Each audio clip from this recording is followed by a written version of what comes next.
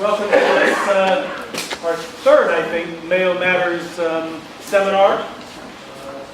Neighbors of the Mayo Peninsula picked some topics that are of interest to us. We hope they're of interest to you too. This one being, I think, our third. I want to just acknowledge Emily, who's been organizing all of these and who is our behind-the-scenes booker, scheduler, making these things happen. Thank you, Emily Parker.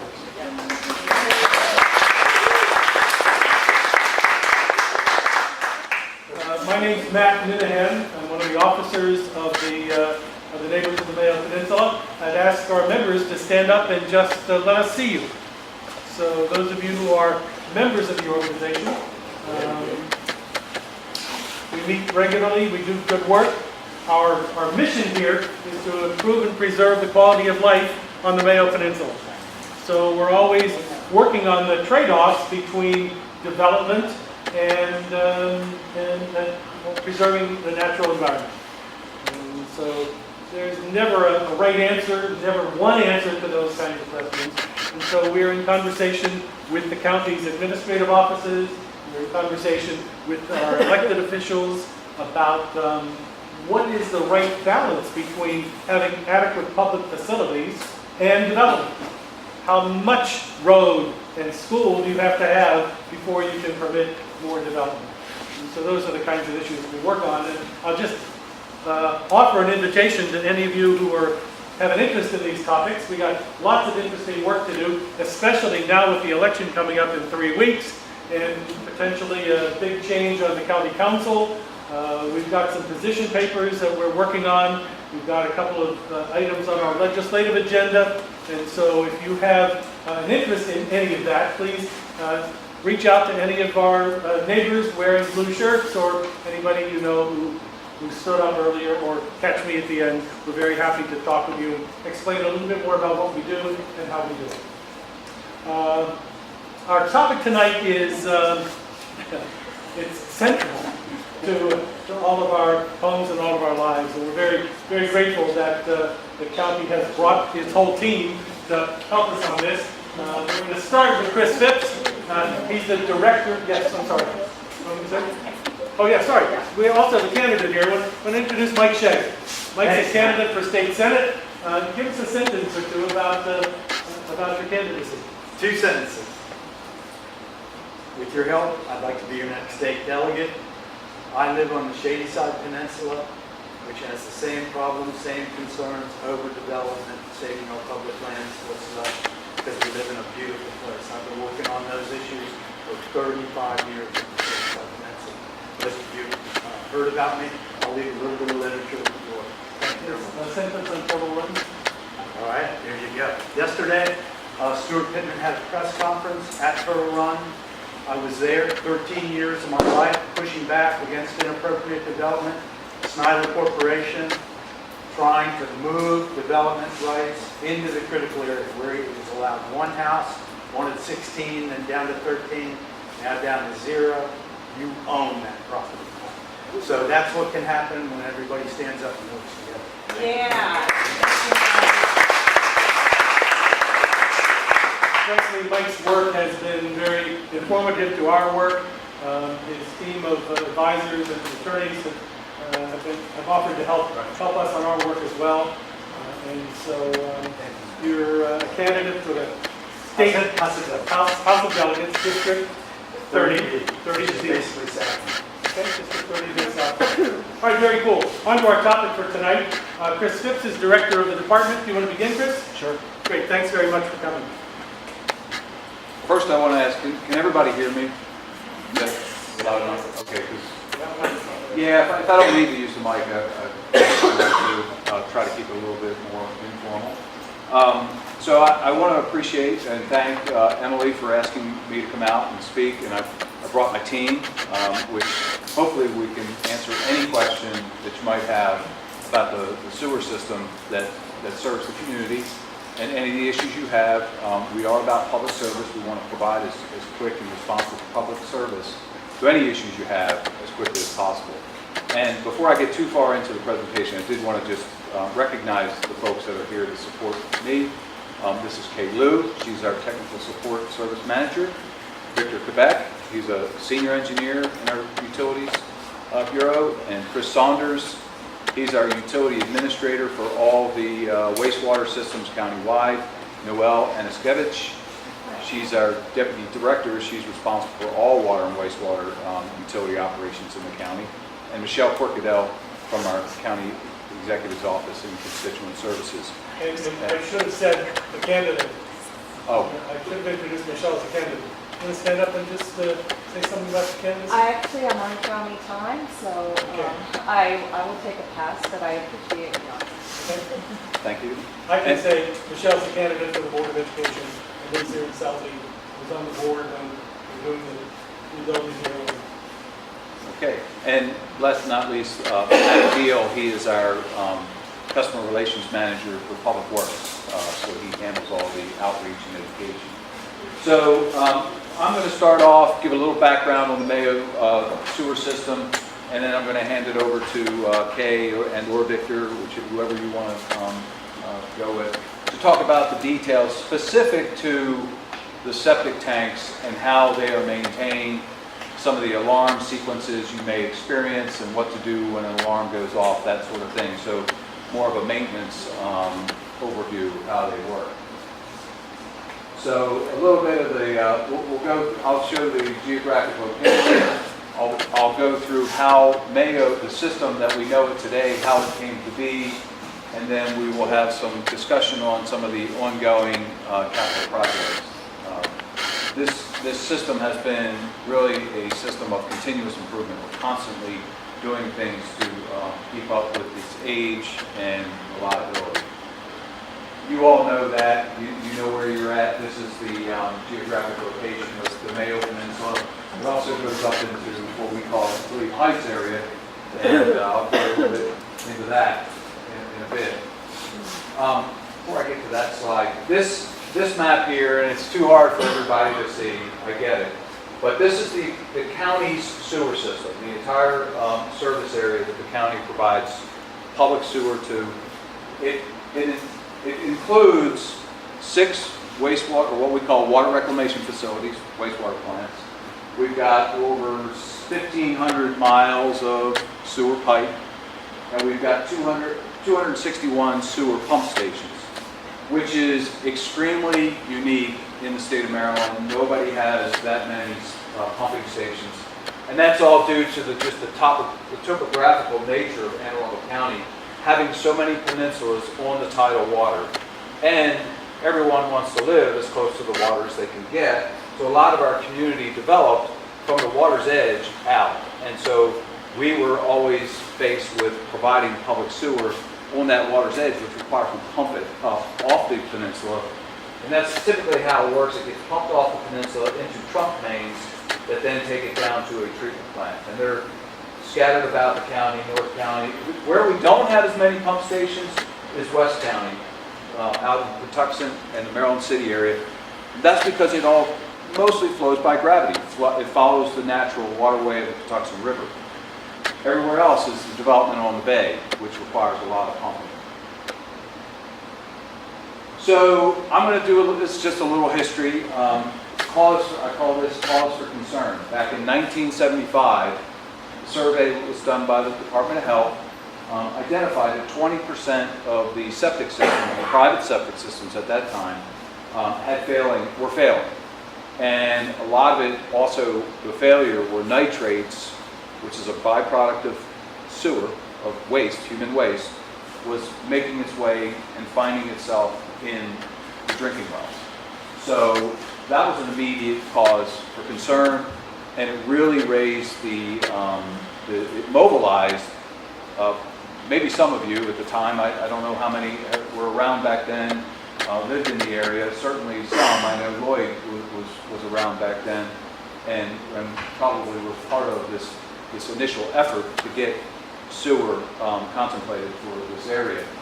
Back then, in 75, the population was reported around 6,900. So one of the first things we do in engineering is if we're going to be considering a future service a future treatment plant, we have to project what's the population growth per the land use mapping and zoning at the time. What would we project it to be in a 30, 40, 50-year period so we can design the facilities accordingly. And back then in 75, it was projected that the population would be 17,000 by 2020. And that was without the high-density development that was being proposed at what we now know as the Beverly Triton Beach site. And with that development, had that development occurred, they were projecting upwards of 27,000 on the peninsula. So major increase were projected back at that time. Rolling it toward to today, in today's terms, I just pulled from the 2017 Water and Sewer Master Plan. We're at around, in 2015, we were around 8,700. So we haven't obviously met or reached anywhere close to these numbers that were at one time projected, but it is still more than, it's almost 2,000 more residents than were here back in 75. So in 74, as this was all kind of gearing up, getting a lot of interest, an application was sent to EPA for a sewer outfall permit. So that's how this thing was moving along. And in fact, I had a letter from 1974, June 17th, from the president of the Beverly Beach Community Association, who was also representing the Mayo Civic Association. And he was sending a letter to EPA, and this was his letter of support. I've never heard anybody so joyously supporting public sewer. But that, to me, was an expression and an indication of how bad it must have been back then when we had failing septics that were contaminating the drinking water as well. So what came out of that, the original treatment system and much of the collection system that's here today was based on this, what we call septic tank effluent pump system. And so what happens with that is you have the waste generated in your house conveys by gravity to a tank somewhere in your yard. The tank has a settling mechanism where the solids settle out, the liquid's conveyed over another weir, if you will, that then the liquids are then conveyed to the county's public sewer system. The solids are left back in the septic tank, just like a conventional septic tank. And we, the county in this case, by and large, most of the facilities here, we pump out on some regular periodic basis. And then the liquids that convey, so it's kind of a gray water mixture, if you will. Just like instead of going to a drain field in a conventional septic system, it's conveyed to our public sewer system and makes its way through a labyrinth in Mayo.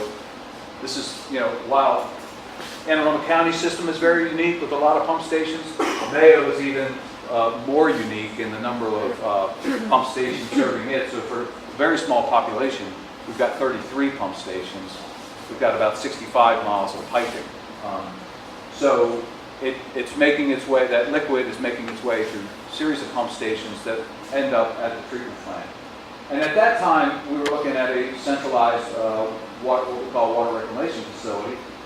And the design that was selected was based, what we call that back in the 80s, EPA had a grant program that was heavily funded through Clean Water Act funding. If you pursued what they called an innovative and alternative design, you were eligible for up to 75% grant funding. So that's what was selected at the time, an innovative and alternative system. And I show a picture up here. If anybody's ever been to the plant, I know Lloyd and Marie and some others have been, it was really centered around these recirculating sand filters, which were exposed to the environment. So when the liquid gray water came to the plant, first thing it hit was this sand filtration system where we had spray nozzles that were spraying it over a sand bed. Then that would percolate through the sand, and then it would find itself into what were called bulrush and cattail wetlands. So it was conveyed to these wetlands, would then take up the nitrogen. So the first process, the sand filter is doing some of the biomass biodegradation. Then it goes through the wetlands. These were man-made wetlands for nitrogen removal.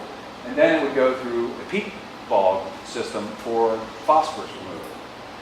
And finally, the last step was ultraviolet radiation before it was discharged into the bay. So at the time, it was a very innovative system. We got a lot of grant money. It worked for what it was designed for, but it doesn't meet today's standards, which is really what then drove us to where we are now.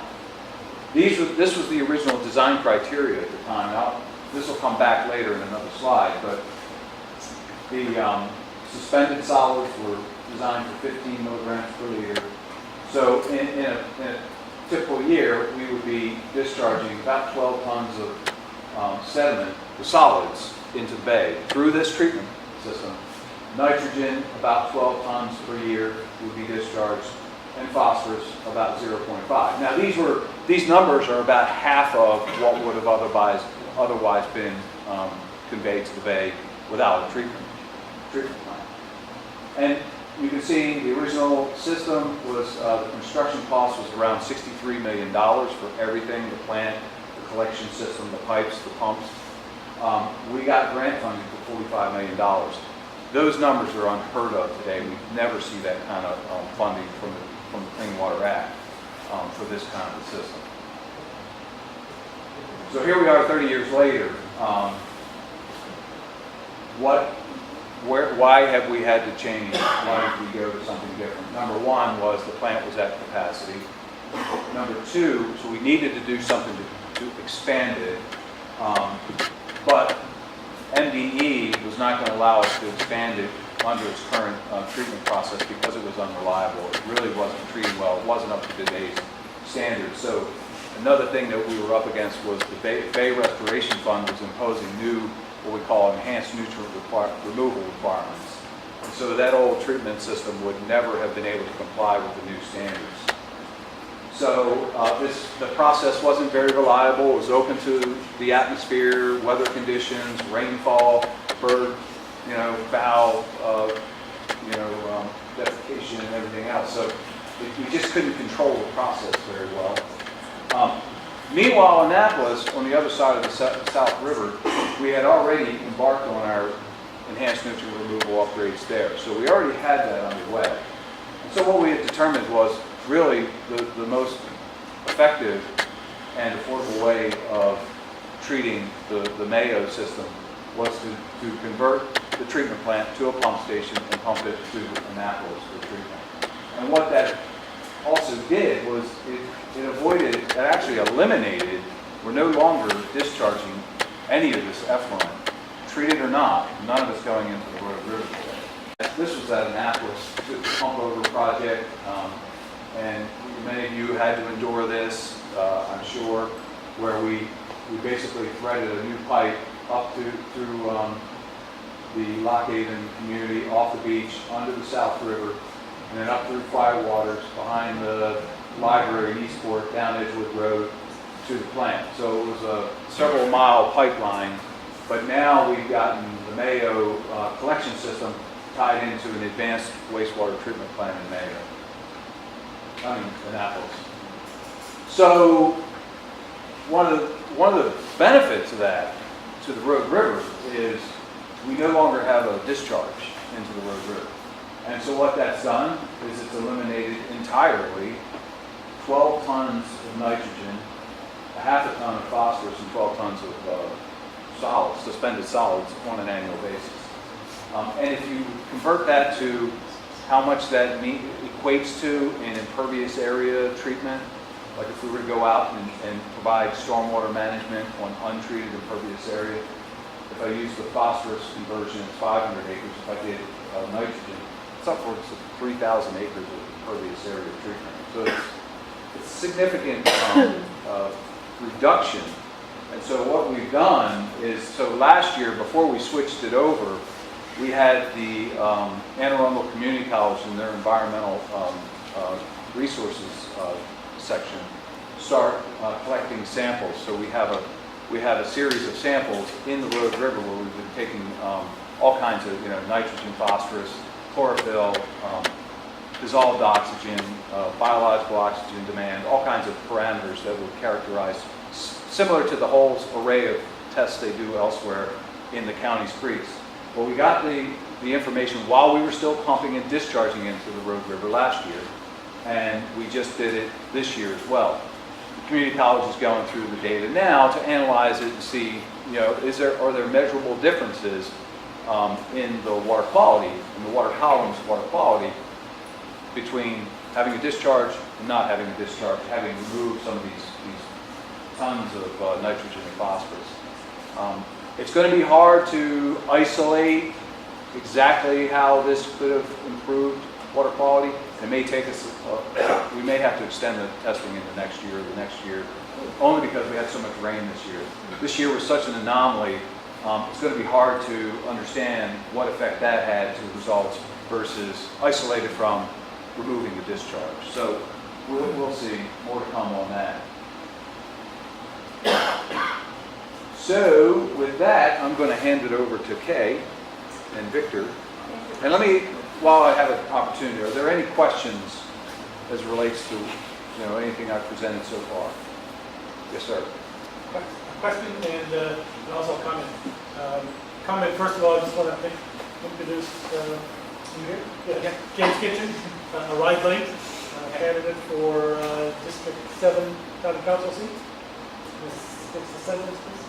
Sorry, James. Yeah, no, so I'm James Kitchen, I'm running for County Council in this area, and it's really good to be here with you tonight. This kind of thing, like, we all need to know. I thank you all for being here, for the neighbors for hosting it, and this kind of information is what public discourse and involved citizenry is all about, so thank you. Thank you. And so my question is, Yeah. two questions. So you had pipe that was going from the water reclamation facility down to the Rogue River.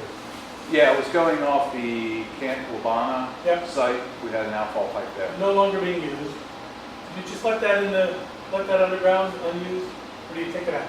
No, we're going to leave it abandoned in place. And we're working with the community down there on with the camp regarding we had a pier that goes over the pipe, and we're trying to bring that back up to serviceable standards so we can return all that. We return the pier to the beach and to the park, and the camp, and they can do whatever they want with it. Yes, sir. Mentioned about there's discharging the road river there. Where is it now? Is it discharging when now it goes to Annapolis? So it goes to Annapolis, gets treated, and then that's discharged into the mouth of the Severn, where the Severn meets the bay. We have an outfall location there. Yes, ma'am. And related to that question, so the nutrient loads that's been shifted from the Rogue River up to the Severn, has the amount of that load been reduced? Yeah, And by how much? because the plant here was designed for, you saw that 9 to 20, so I'm just talking in terms of nitrogen, 9 milligrams per liter to 20. So it's an average of about 15 across the year. At Annapolis, we're doing about 1.8 milligrams per liter.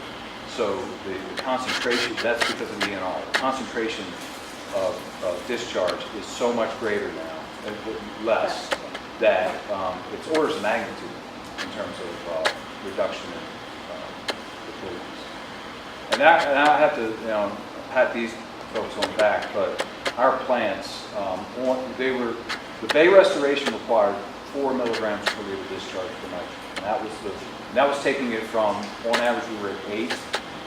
FB and biological nutrient removal was 8 milligrams per liter. Enhanced nutrient removal was 4 milligrams.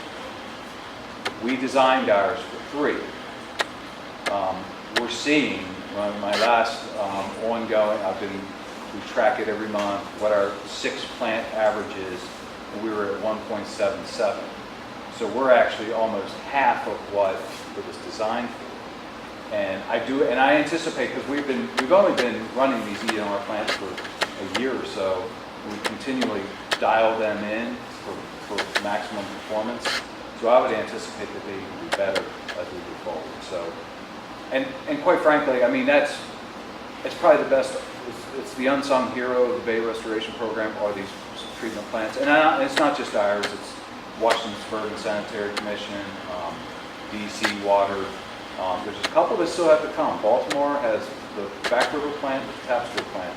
And once those come online, full scale, I think you'll really see a measurable improvement in the upper bay water quality.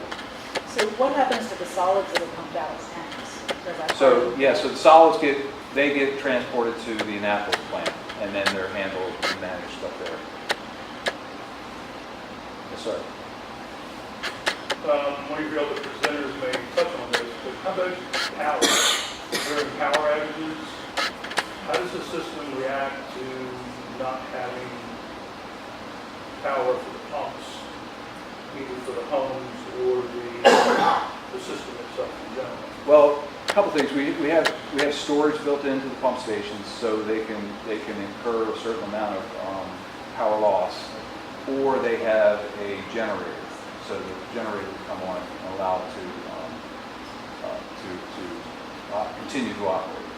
So, and the same with the pump station at Mayo, so that it's continuing to pump over to Annapolis.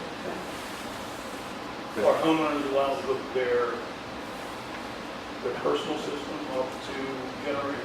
We don't. That was one of the questions. That You was may one, want to. yeah. You may want Okay, to elaborate. Yeah, Yeah. we still have to do some more study on the Mayo area, see how many pumping stations we have generator. And then for next 2 or 3 years, we're going to have most of the Mayo pumping station will have generator, and at least quick connect, which when the power loss, we can put in a portable generator coming in to connect it to let the pump run to receiving the flow. But we're working on that. We're going to get some solutions soon. Okay, so homeowners have to wait until that's done. No, To we be have able to hook our to own see system. what's the internal, what we can do to help you out to make the connection. Because there's a lot of change in the, how you make, we have to determine the power usage on the generator. For ground pump, we have a similar situation too. We have to limit the size of generator you have because the load, when the Mayo tank pump come up, there's a significant power draw from the generator too. So we have to size that and how with the control, see how we need to modify our control to fit in the generator connections too. But I think what he's asking is that can a homeowner continue pumping into the system? And I. Right, see, I have 2 of those turtle shells, and I have 2 air-conditioned alarms. I'm downhill from the county's sewage tank. But my understanding is the tank that's in my yard, in my closest proximity to my home, is not, even though the county's locked it up with the tank. And I pump to the one at the street, and then the county deals with the one at the street. So I have a concern during power outages that, and both of them are run from the power of my home. And I don't know if that's the same for all of these other units. Okay, I'm getting a sense of this. One may be, but the counties shouldn't. Should The be, counties yeah. should be isolated from your home power. The county, The county's sitting in the pump. street is powered by my house. It shouldn't be. So we can talk about it. Let's but- fix that. Yeah. Yeah, if you have Okay, concern, you can give me the I'll address. get your contact info after. Yeah. Okay, absolutely. Thank you. One of the things we are concerned about is the way this system was designed is you have what we call force mains, so pressure lines out in the street. And some of these pumps, you and your neighbor and others may be pumping into it. And if you have a generator and you can continue to pump, but your neighbor doesn't, you may be sending flow back to them. And they're unable to compete with that. So that's one of the things we are concerned with, is people having their own generators driving these county step pumps. It could be backbeat. Unintentional, but, yeah. Sure. As part of that, so we built our house, and we have a full house generator that obviously comes in with the power supply. But we've been told, when the house was under construction and the whole generator thing, yeah, you're gonna have air conditioning, but don't think you're gonna keep flushing your toilet, because it's not going in. But that's pumping out of the Wow. Yeah, but the point is that it is not going to pump it. Out from the Mayo tank. Exactly. Right, Exactly. right, Does that answer? Exactly, right. yeah, But that's the problem. yeah, exactly. No, but, yeah. Okay, I'll take Can I just it. ask you all Yeah. to speak a bit louder because this fan in the back Okay, is quite noisy. all right. There's a microphone. You want the mic? I will use it. Okay. I've heard some of the stories and some of the horror stories. I would like to ask the engineer, isn't there check valves installed so all the flow is only one way? You cannot back up into these houses. How does that happen?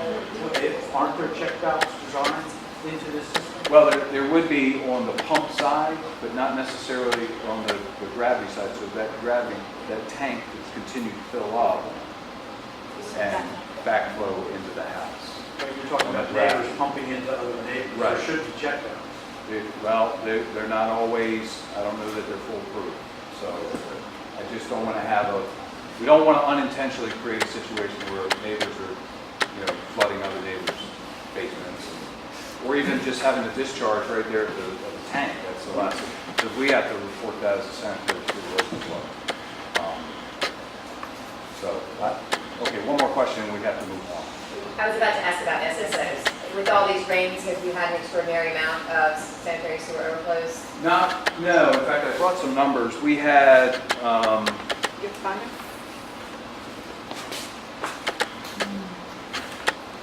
so in 2018, we've had 3. There was 100 gallons, 150 gallons, and 100 gallons, which, look, one overflow is too many, but that is a relatively small amount. In fact, we constantly track what we're doing as a county, and we monitor it against other counties, because that's how are we doing in the neighborhood, right? I was a commissioner at WSSC, so. Okay, you guys are doing great. yeah, we were at, so this year, we're at 106,000 gallons. That's a lot, right? Yeah, but, The city of Baltimore's 34 million gallons. yeah. Baltimore County's 8 million, Howard County's 1.5 million, WSSC's 1.8 million.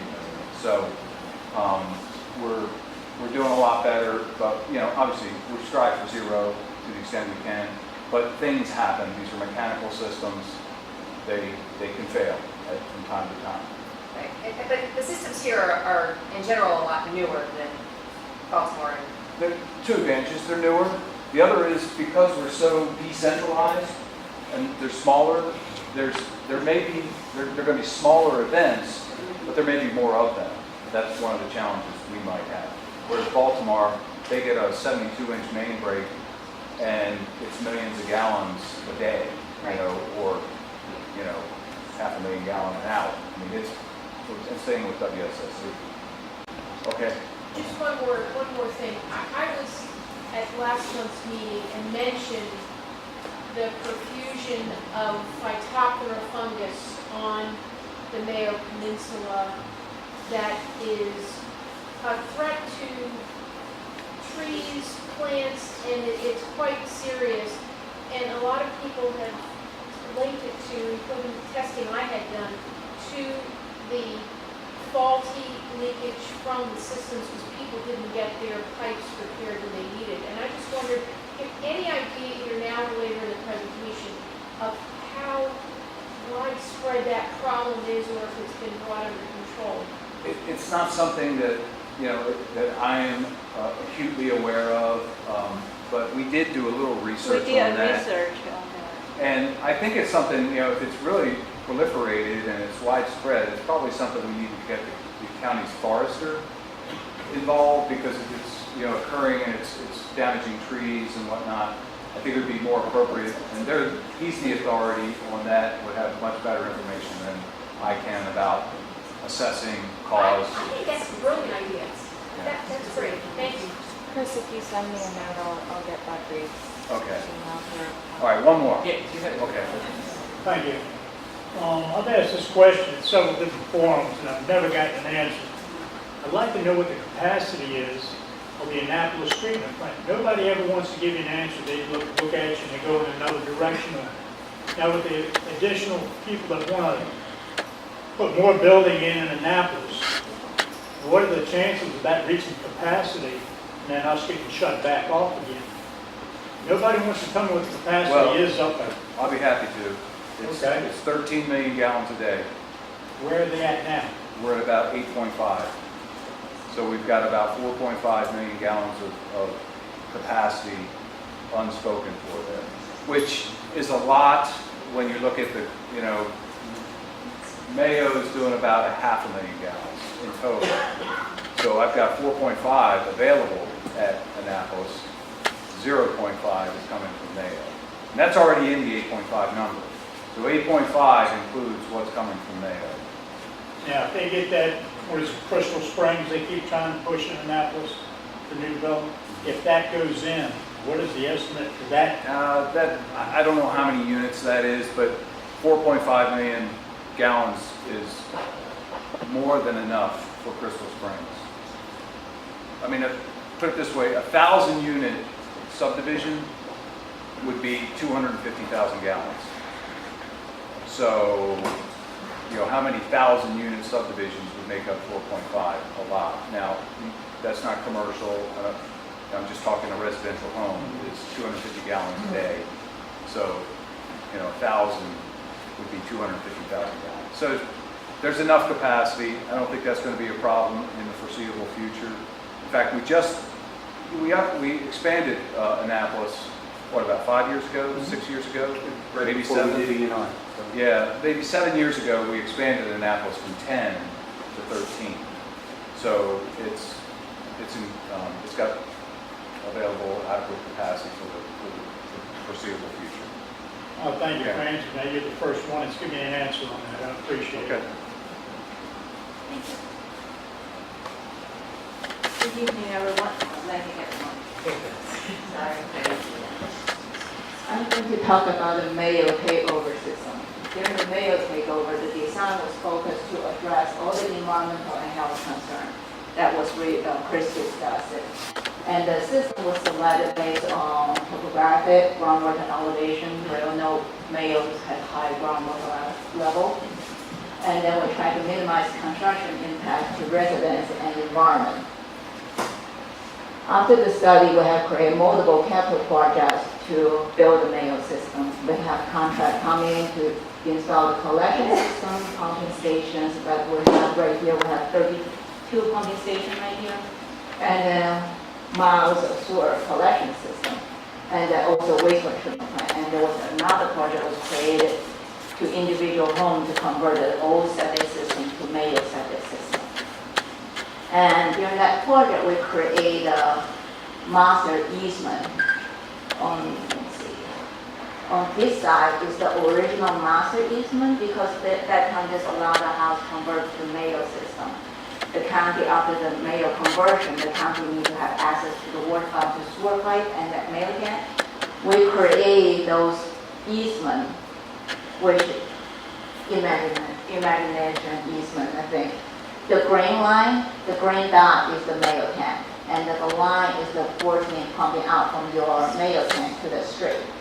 The county has easement from the line here and then around the Mayo tank. That's the old easement. For the new construction right now, the new tank will be located in the front with a dedicated easement on the front. So when the Mayo tank have issues, we don't have to get into your yard to maintenance on the Mayo tank.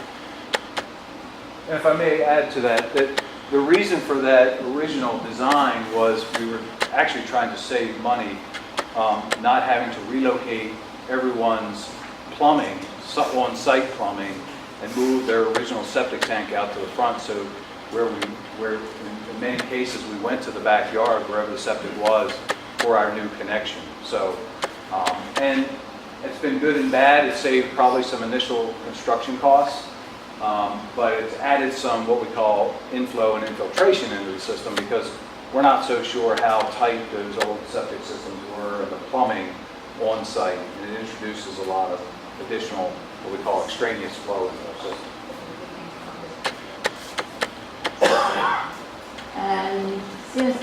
over, we have done a lot of infiltration info study, like Chris was saying, the pipe condition may be an issue.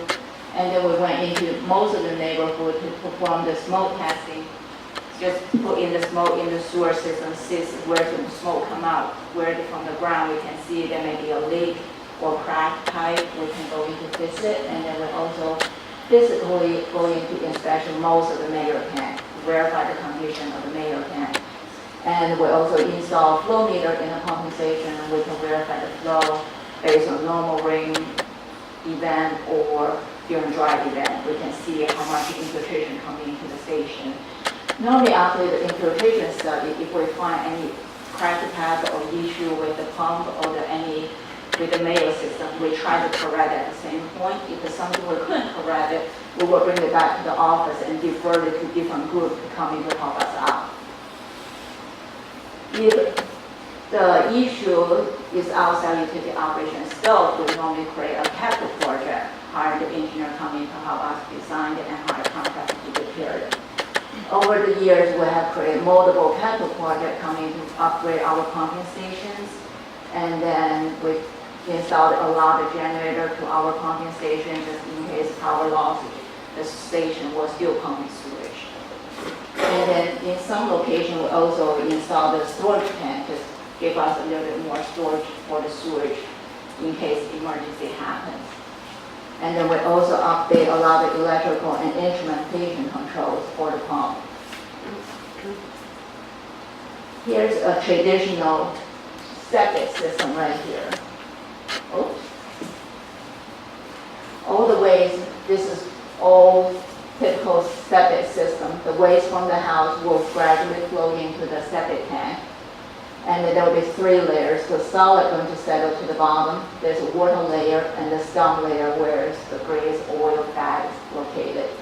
And then the liquid going to get into the drain field, either by gravity or by pump. It depends on the elevation where the drain field and the tank. During the Mayo takeover project, the design was abandon all the drainage field in place. And then we replaced this old septic tank with the Mayo tank. And then from there, we installed the force main coming from the Mayo tank to the straight to the collection system. And how does the Mayo tank work? The Mayo tank works similar like the old septic system.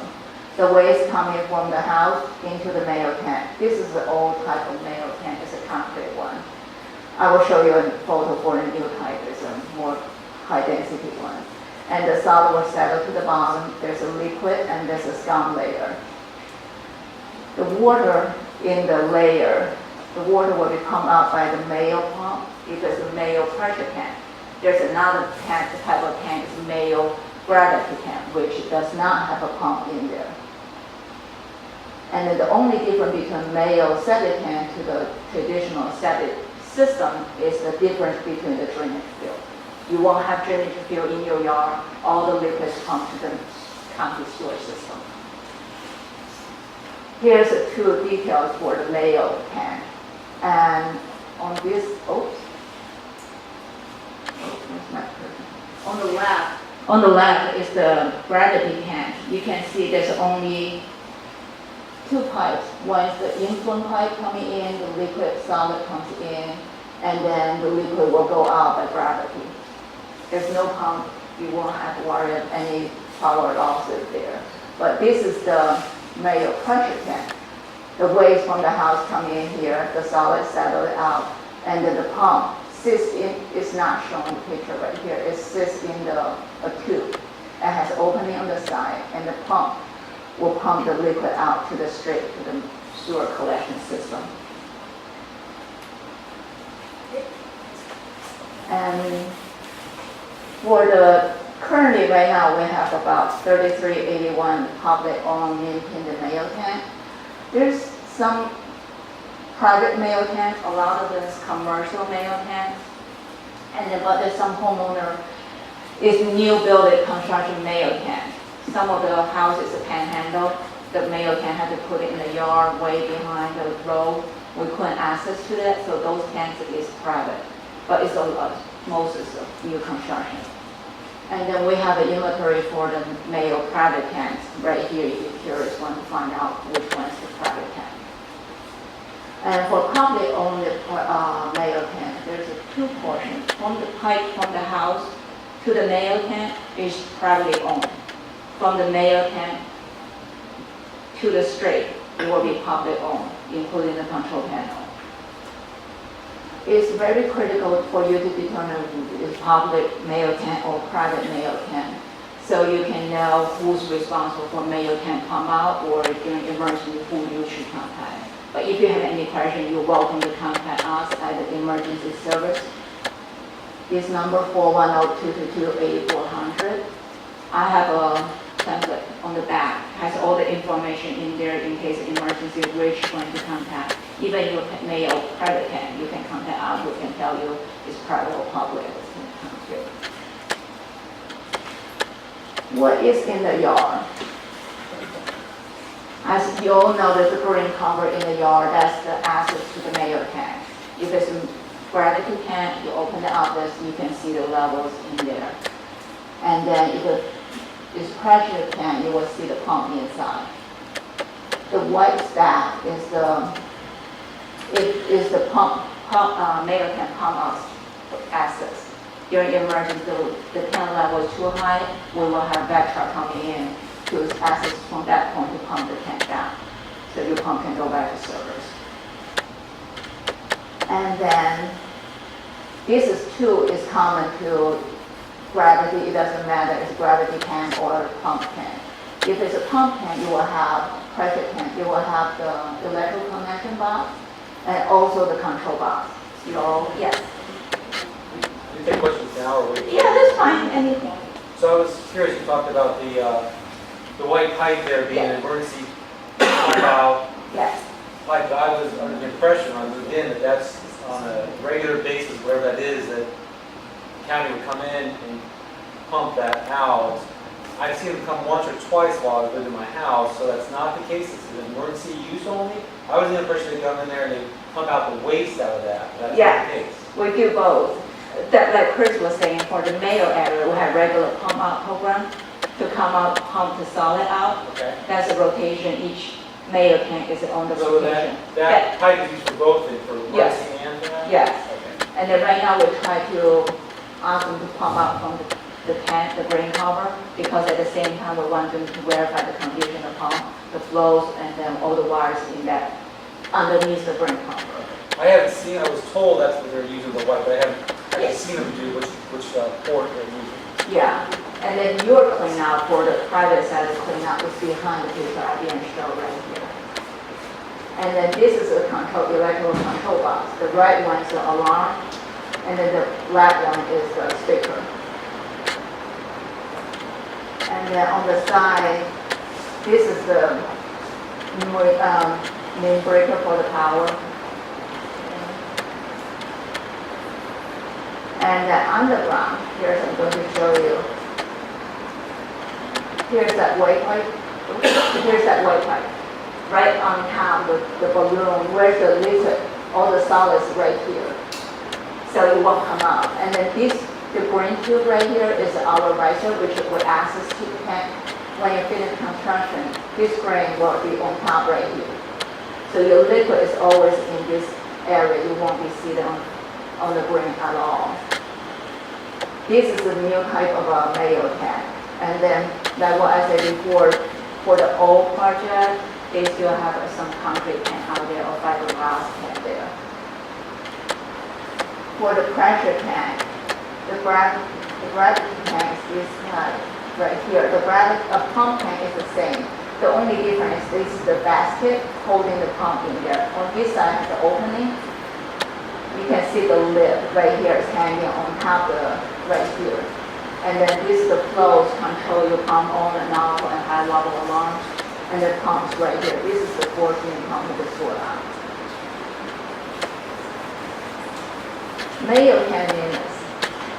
We have an access management program, which we have all the Arundel County sewer system or water system access is entered into the system. and they have records of everything. And then we also have regular Mayo can pump out program based on the system. Yes, ma'am. I don't know how to ask this delicately. Anything's fine. I work from home, Yes. and I was told when we moved in here centuries ago that these pumps were to be maintained about every 3 years or so. And in the years that I have lived here, which are approaching 30, and you know when it's been pumped out because they do take the cover off and the odor lingers for a while, a day or so, right? One time in the other house I lived in, and I sort of like the DPW with trash, I wonder, is anybody really checking to make sure that they're doing it, or do they just go out and at the end of the day come back and give you a ticket and say we did this? We do have With crews. most respect. And I understand, no worries. I appreciate the question too. We do have some issues with the past programs, pump out program, but we do have people follow up with them, checking what their performance. We do follow them, checking, make sure they do the right work. And then right now, we also create a checklist for what they need to check. We have a copy right here. Right here. This is a copy for when they're doing the pump out. They're supposed to check all the items right here. They check the pump, the flow, the crack, the pipe, and the valves. So they will provide those information to us. And then we will have crew, may not right after them, we go around to follow, make sure the pump was regularly pumped out and do the work. Yes, ma'am. Yes, hi. I live on Kennington Court in West Shore, and I know of at least 3, including mine. We were told by the maintenance worker who came out on a Friday evening, on a holiday weekend, when our pipe separated inside the tank, and of course, water backflowed from the street, it overflowed and went pouring into our neighbor's yard. 2 other people on the street who had the same issue. The gentleman who came out told us, oh, it's a known problem from the previous people who installed. They used glue that is now failing. We come in and we drill a hole and we put a screw in and it's fixed. And I said, well, great, you know what the problem is. Are you going to go and check every one on this street? I said, no, we do it when it fails. How is that more cost effective? And I had sewer water pouring into my neighbor's yard. You know, I was a little dumbfounded. I agree with you, that's the situation, but I'm not sure I could get with you for the more information for that case happening. I would be happy to, because I know of at least 3 or 4 on my street alone. And it's gotta cost less to send a crew to do a simple fix with 1 screw than send a crew on a Friday evening on a holiday weekend with a bumper truck. I will definitely check on that, and then I will talk to you after here. And then that's what I say, when we're doing the infiltration and inflow study, we have crew go around to the Mayo and verify the cracks, the leaks. If that's the case, we definitely want to know that, and then we definitely want to fix it correctly. So we have about 30 minutes left, and we want to leave time for Jane and her colleagues. So Okay. can I suggest we hold questions until they're done? Can I ask, is there going to be contact information provided for questions we might have that don't get answered that we can from home? Yes. Contact somebody with our questions. Yeah, we can provide that. And then there's some question sent it to our before the consultation. We answered it, it's on the back of it isn't on the paper yet. I see an emergency number, but I don't see a general information number. Okay. Flyer at the back that has, It has a general information number? it has general DPW information. Okay, got it. Customer relations. Thank you, sir. Thank you, appreciate it. And then we also have 24/7 standby power to respond any emergency calls. And then we have trucks back up, and then have all the spare parts in the car, in the truck to respond any emergency. For the private mail, the homeowner is responsible to contact the plumbers or electrician to maintenance on their home. Owner's road. We prefer, or we really encourage you to provide open access to your Mayo tank. During emergency, we need to access to the tank as soon as possible to restore your sewer services. So try not to plant anything around the Mayo tank, and try not to put fences or anything or any structure on top of the Mayo tank. And then right here, I have a list of the material that should not be charged into the sewer system. And then we have some issues with people discharge all kinds of stuff into the sewer and cause pipe clogging, which you can cause back up too. The system has a long shower that could be due to all kinds of power loss or clogging the pipe flow. If that happens, please go to the right bottom in the control panel. I can show you. Yep, right here. If an alarm shouted, you can acknowledge the alarm by press the brake here and then wait for 15 minutes. Sometimes when there's a lot of water usage in the house can overwhelm the pump and the pump cannot pump the flow down. So you just wait for about 15 minutes, give the pump some chance to pump it down and then try not to use any water in the house. The pump normally can correct itself. If after the 15 minutes you still have the alarm, then please contact the emergency number. We will send our standby crew out to help you out. Okay. Any questions? Yes.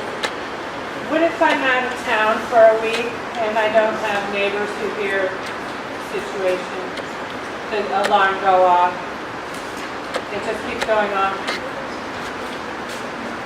I haven't know that. I'm sorry. I can check with my maintenance crew, see they had that situation before. We can verify it. I can get back to you. But you have to. But essentially, it is like you don't hear the alarm going off where you are. I have to call you to say my alarm is going off. Yes. Okay. Yes. If you have the green plastic top, then you know you have a public septic tank, correct? Or Not really.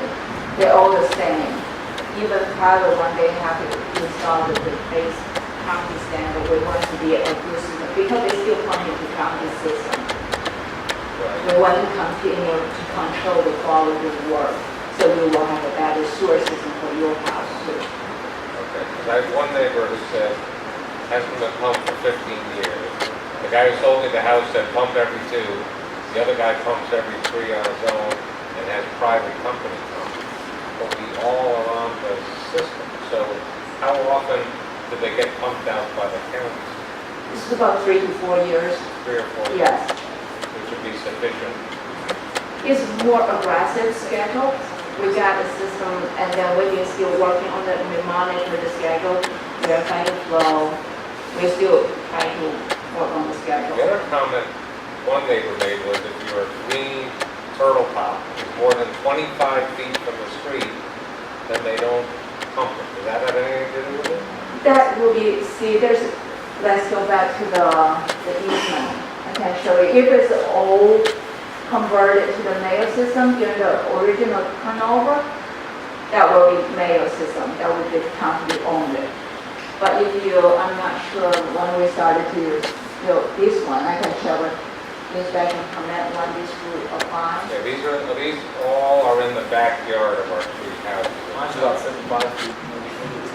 Yeah, I mean, there's nothing impeding them from getting to them. So those are older, the original house or whatever, these are older. 2002. 2002? That's the newer house. Yeah. Yeah. It would be in the back. Yeah, in the back. That will be, since your house could not be put on next to the street, maybe on the private list. So if you're curious, I have a copy, multiple copy right here. You're welcome to take it. Okay. Yes, ma'am. It's still true that you shouldn't put stormwater or sump pump water into the tanks, is that true? Correct. We're not combined system. We only take sewage. When you have the stormwater coming in, that's why we did the infiltration study. Infiltration that will overwhelm all the sewage system was was not built to take in rainwater. That will overwhelm our pump system. That could cause failure. We don't want that. And you don't do any inspections to see if that's been done? That's what the smoke testing performed for. We were checking where the smoke come from. Maybe it come from the storm drain. You will see the storm drain come out with the smoke, or if there's a crack in the pipe, you will see the smoke coming from the ground too. Have you done smoke testing recently? We have went through the Mayo area, and then we replaced a lot of issues. We repair and fix a lot of issues. I don't think we've been here lately. So in the 2000s, have we done smoke? Yes, we did. I'm pretty sure on that. Before we have a lot of issue in Mayo area during rain event. We have a lot of high people around in the pumping stations. And then just for July, with all the rain we have, the Mayo area is fine. We don't have any high flow. That tells me was the system performing well. Don't have a lot of infiltration inflow to the system. Is there any way to see when the last time we got pumped was? You can call me or give me your address. I can look into that. Normally when your system come out, we put it in the asset management program. It has a day in there.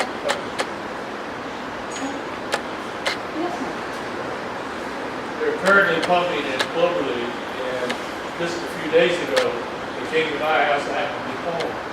And just being a curious person that I am, I watched what they were doing. They're very graceful. Deal is the contractor doing the pumping.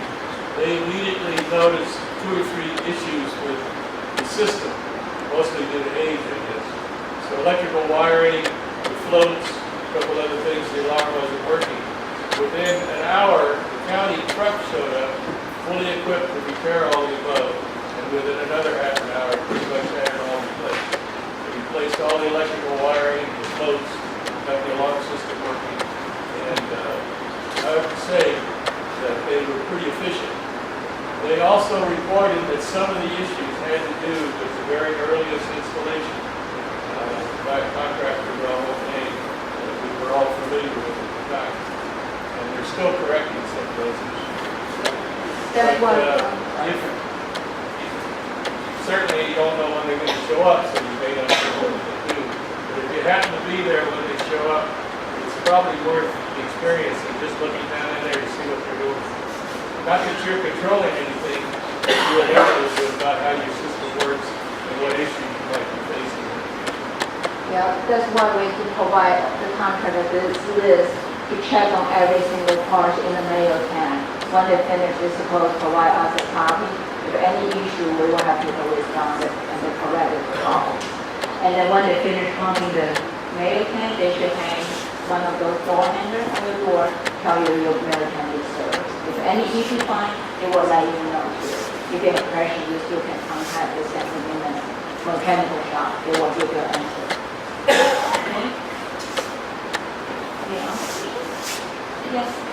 I guess one of the things I'm still unclear on, and I'm not one of the people that has this problem, but we've heard from residents on the peninsula that have experienced the backflow of the solids into their house, right? So I don't understand what's causing that, or if there's anything residents can do to help it not happen, or is it the county's? I don't understand. I appreciate that question. See, we have, like Chris was saying, we have a still SSO in end of September. We find it was based on the high flow Mayo tanks. The alarm shell homeowner call us. It pay our crew a little bit time to find out there was clog in the low pressure sewer system. The low pressure sewer is just 2 or 3 inch pipe. The Mayo tank, yes, they have a settle in the settle, the solid goes out, but there's still solid in the liquid. They can build up in the pipe. With 2 or 3 inch build up, little bit build up, you quench it down. The offer is so small, it's hard to push it slow for the tool.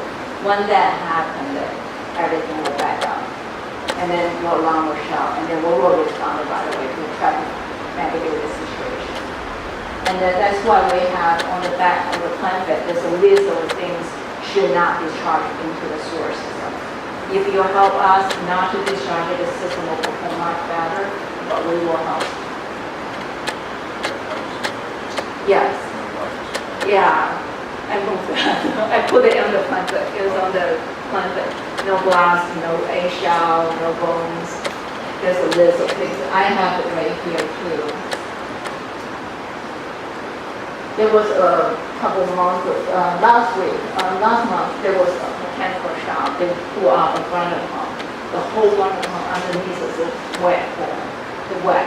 They weren't clear. They were attached to the pump. So your pump will not work. It was a whole thing covered.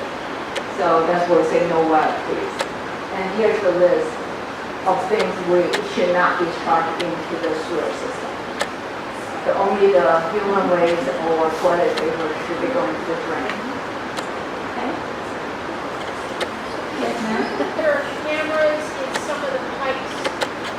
Cameras? Cameras in some of the pipes. No. No, okay, that was what they told us on Cable Creek Road. No, when I say the small pipe clog, we have to jab the pipe pressure to push the clog out and open the pipe. They'll push it out, so we can't work on that.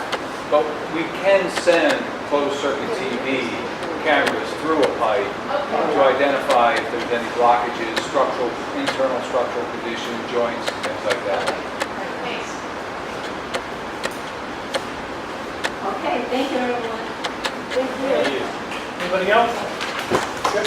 No, that's all. So we've got about 20 more minutes left. Would you guys be willing to stay and talk to individuals who have individual questions? Yeah. All right, that'd be wonderful. I'm not in any hurry to go outside.